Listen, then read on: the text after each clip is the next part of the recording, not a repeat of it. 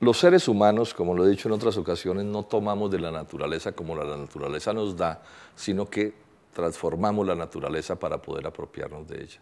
Eso lo que significa es que si los seres humanos, en esa apropiación que es inevitable, no tenemos ciertas consideraciones, podríamos terminar destruyendo la naturaleza, o por lo menos causándole daños inmensos que al final se vinieran en contra de nosotros. Este es, digamos, el origen de la preocupación ambiental, o sea, no podemos no transformar la naturaleza,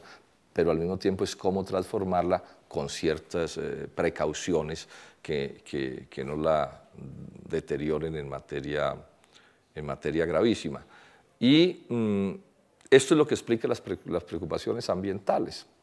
Es decir, lo que se busca no es no transformar la naturaleza, lo que se busca es ver cómo la ponemos en beneficio de los seres humanos, pero dentro de determinadas circunstancias. Y esto se complica, esta relación contradictoria se complica, ¿por qué? Porque el capitalismo es una fuerza que suele pensar en la consecuencia inmediata de sus actos.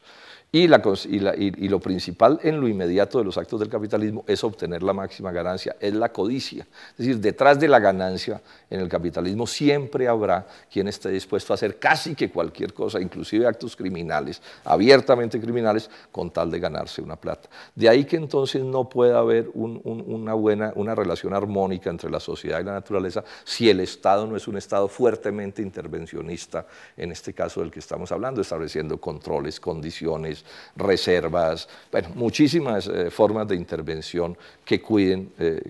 que esta relación se dé de la mejor manera. Pero con el imperio del neoliberalismo y del libre comercio, que lo que hace es exacerbar la codicia, el afán de ganancia, el ánimo de lucro de manera inmediata, la contradicción, por supuesto, se exacerba. Y es lo que viene sucediendo, por ejemplo, en Colombia en los últimos años, en particular con el gobierno del presidente Uribe, que viene, digamos, deteriorando los controles ambientales como una de sus políticas principales, como ha sido denunciado bien por los ambientalistas y que en parte explica ese absurdo, porque no se le ocurre pues sino a este gobierno de juntar en uno solo el Ministerio de Vivienda y el Ministerio del Medio Ambiente cuando tiene funciones por completo diferentes. En este sentido, las cosas de este gobierno son bastante malas, bastante sometidas a los intereses de las transnacionales y de los monopolios. Pero hay otro aspecto que vale la pena mencionar también, porque puede haber agresión medioambiental por la vía de, en ciertos casos,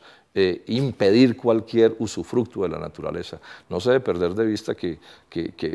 puede convertirse en la peor agresión ambiental contra un pueblo, prohibirle a un pueblo que utilice el medio ambiente en el cual vive, que puede ser el caso del Chocó. Ese es un departamento donde hay un número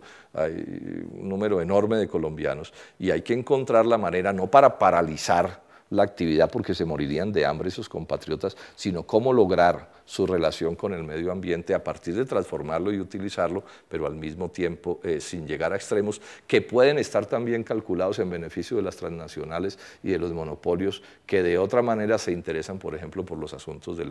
la biodiversidad. Luego, en este gobierno, tampoco esto se maneja de la manera correcta como se debería